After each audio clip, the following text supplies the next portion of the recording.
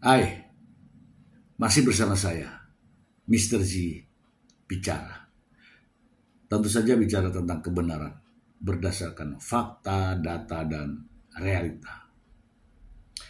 Mungkin saja ya teman-teman juga paham ya terkait dengan kasus gugatan cerai Baim Bong kepada Paula Verhoeven di Pengadilan Agama Jakarta Selatan.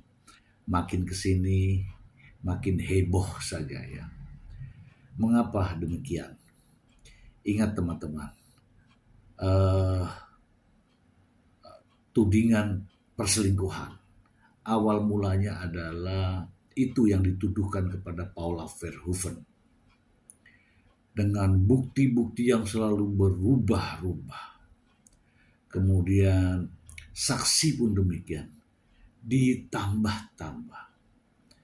Kemudian kini masalah muncul, adanya bukti baru, anak trauma kepada ibunya.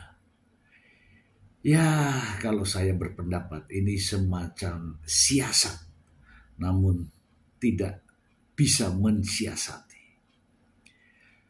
Sebelumnya, saya akan membacakan berita ini terlebih dahulu, lalu kita akan bahas setelah ini.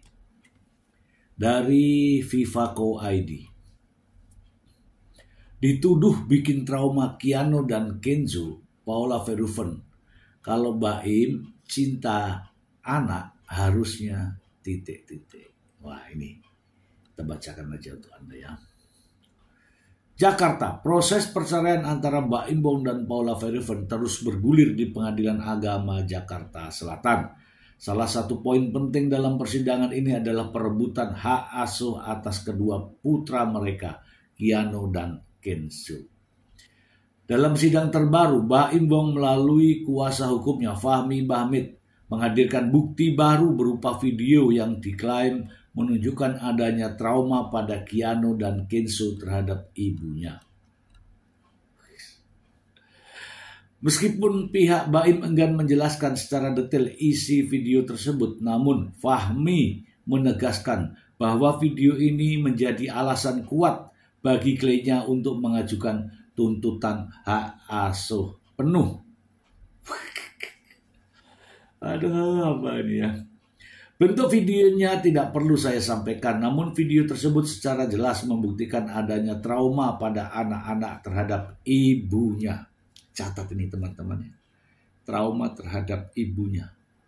Ibu semacam apa Paula Verhoeven ini sampai membuat trauma anaknya. Selain bukti video, pihak Baim juga menghadirkan saksi ahli psikologi anak yang telah melakukan terapi pada Keanu dan Kenzo. Hasil asesmen psikologis menunjukkan adanya tanda-tanda delayed trauma pada kedua anak tersebut. Setelah Baim Bong sebelumnya mengklaim memiliki bukti video yang menunjukkan trauma anak-anak terhadap Paula, kini giliran Paula yang angkat bicara melalui kuasa hukumnya, Alfon Kurnia Palma.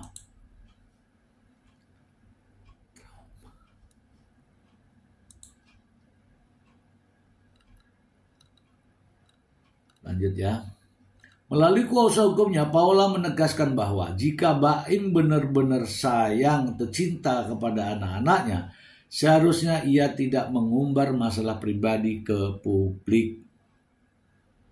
Paula sampai saat ini tidak mau menanggapi karena seharusnya kalau Baim cinta ke anak-anaknya, maka tidak menceritakan hal-hal seperti itu kepada publik, apalagi itu tidak benar, ujar Alfon. Alfon juga menekankan bahwa Paula selama ini telah berusaha menjadi ibu yang baik dan memberikan yang terbaik untuk anak-anaknya. Aduh. Ada saja.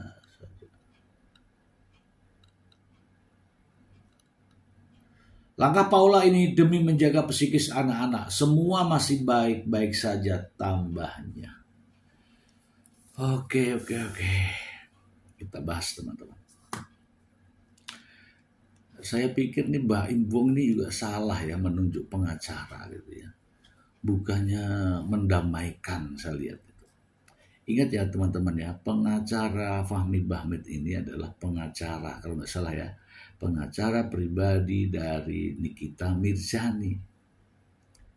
Entah apa keberhasilannya, saya tidak tahu.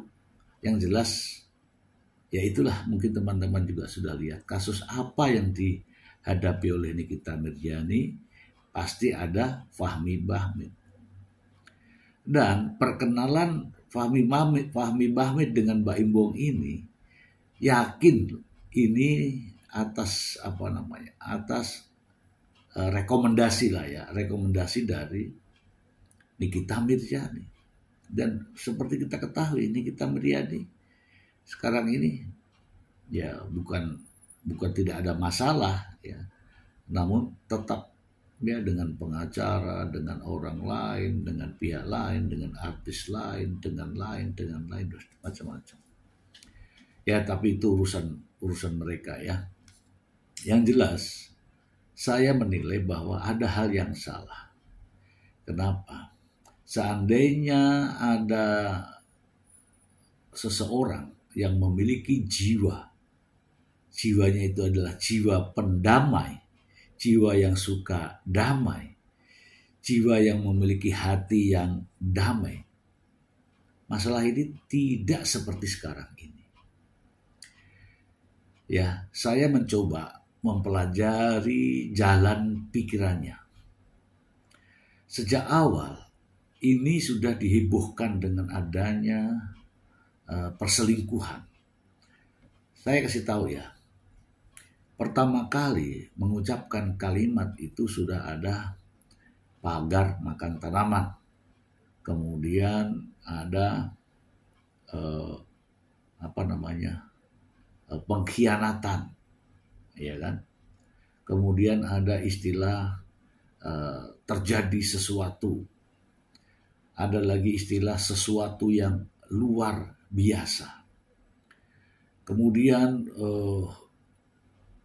apa yang terjadi kemarin itu ya, ada saksi gembok, ada ini yang terkait dengan perselingkuhan.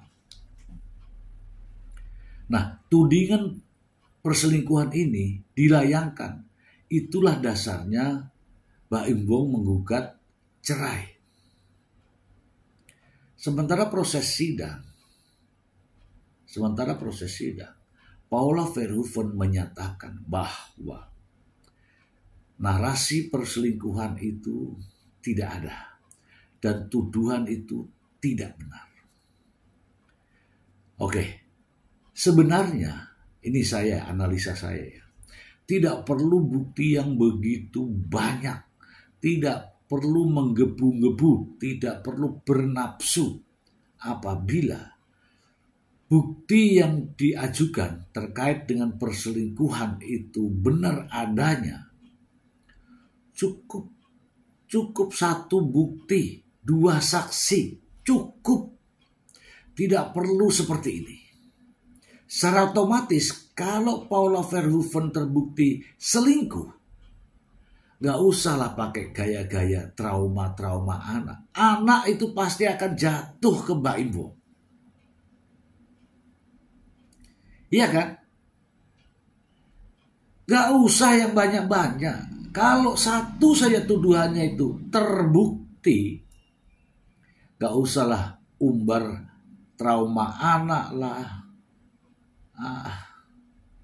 Itu namanya paijo.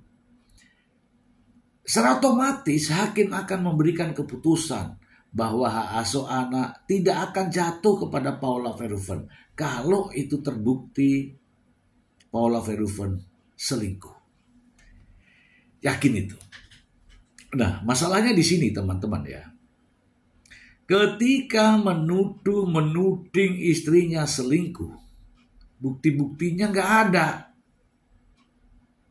Ingat ya teman-teman ya, jangan larut dulu. Bukti-buktinya nggak ada. Yang dimaksud perselingkuhan ini adalah hubungan seksual terlarang antara perempuan dengan laki-laki yang bukan pasangan yang sah. Itu namanya perselingkuhan. Adanya persetubuhan. Kalau itu bisa dibuktikan, jangan harap Paula Verhoeven mendapatkan hak asuh anak. Dengan bukti yang begitu banyak, 79 bukti, sekarang ini menjadi 82 bukti. Ada lagi video trauma anak, astagfirullahaladzim. Mana ada anak yang trauma kepada ibunya ini. Woi. Ini adalah akal-akalan, ya, semacam ya rekayasa, ya, atau segala macam upaya yang pada intinya adalah ingin mendapatkan hak asuh anak, sehingga menjatuhkan Paula Verhoeven dan menuding adanya trauma anak kepada ibunya. Baru kali ini saya mendengar ada anak-anak trauma kepada ibunya itu. Bagaimana bisa dikatakan trauma? Kalau saya lihat justru karena terlalu banyak dibawa ke tempat-tempat orang dewasa.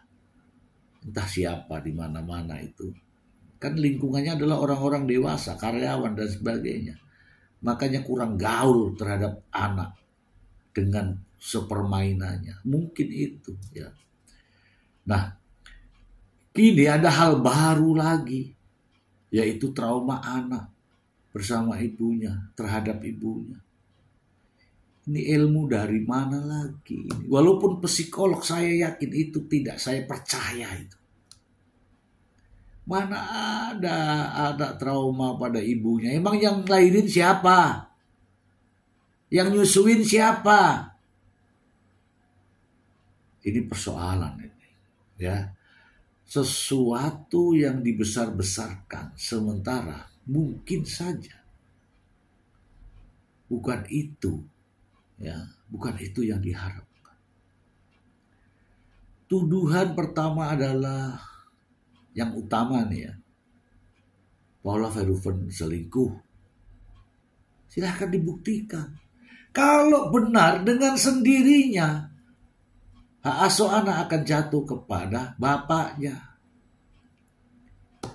Ini semakin ragu di sini, ya. Makin kesini makin ragu. Gawat ini. Selingkuhnya tidak bisa dibuktikan. Kita cari cara lain. Itu gambaran pemikiran, ya, kalau saya baca, ya. Ini kalau tudingan perselingkuhan tidak bisa dibuktikan, maka harus ada strategi baru. Jelas tudingan perselingkuhan tidak bisa dibuktikan. Inilah seolah-olah bukti baru. Ini adalah strategi, cara, siasat baru yang ditemukan. Yaitu dengan seolah-olah membuat anak ini trauma kepada ibunya. Ini masalah, ya. Mana ada anak-anak trauma di Indonesia ini karena ibunya, kecuali kalau ibunya gila, ya. Oke. Persoalan larangan terhadap penggunaan handphone misalnya. Lo ibu-ibu di seluruh Indonesia itu lo punya sikap yang sama, membatasi anak-anak bermain handphone lama-lama. Ingat, di situ ada game, ya, di situ ada video, di situ ada berbagai macam permainan yang harus jelas peruntukannya untuk anak. Jelas Paula ketika melihat anaknya menonton hal-hal yang lain, pasti juga akan larang. Larangan itu adalah pencegahan terhadap kualitas anak, bukan menjadikan trauma. Kalau menjadikan trauma, seluruh Indonesia itu anak-anak bisa trauma kepada ibunya semua. Ini masalah, ya. Kemudian ada pendapat yang mengatakan, gini aja, ya, saya ulangi lagi, ya. Silakan Anda simak baik-baik pernyataan ini, ya, pernyataan ini. Simak baik-baik supaya kita bisa menelaah berikut ini. Sebagai ayah mungkin sekarang ya dizolimi juga kali ya, ngerasain hal ini buat saya menyenangkan, menikmati pangan. Sementara ini mungkin pandangan Bang Baim kerjasamanya seperti apa sih, mungkin karena sebagai orang Ya nanti kalau kami pengadilan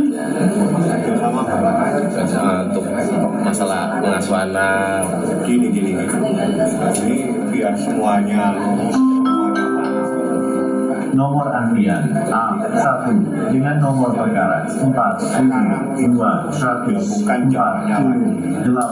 Orang tua yang Silakan masuk ke ruang sidang 1. itu harus kepada siapa? Paradigmanya sudah berubah. Pengadilan Mahkamah Agung sudah mengeluarkan surat edaran, jurisprudensi sudah ada. Artinya yang selama ini semua mempunyai pemikiran bahwa seorang anak di bawah umur itu harus kepada ibunya, itu cara berpikir yang rusak, sudah ketinggalan zaman. Orang itu berpendapat karena ada dasarnya. Di kompilasi hukum Islam pasal 105 jelas menyebutkan, dan ini masih berlaku sampai detik ini. Tapi sang pengacara mengatakan bahwa kalau berpendapat dengan itu pendapat usang. Kalau pendapatnya usang, aturannya itu lebih usang lagi. Aneh kan? Jadi ini menjadikan kita ini jadi bingung, seolah-olah kita punya pendapat yang salah kita ini, ya. Kita ini berpendapat berdasarkan adanya perundang-undangan, aturan, tetapi pendapat kita dianggapnya sebagai pendapat yang usang. Ini sesuatu banget, teman-teman. Yang benar tuh mungkin ya pendapatnya kali ya. Kita berpendapat berdasarkan undang-undang. Pendapat kita dianggapnya usang. Artinya undang-undang lebih usang. Ya kalau memang mau ya jangan mau-mau banget ya. Mencari keadilan. Oke, mencari keadilan. Harus juga memperhatikan keadilan orang lain. Jangan diri.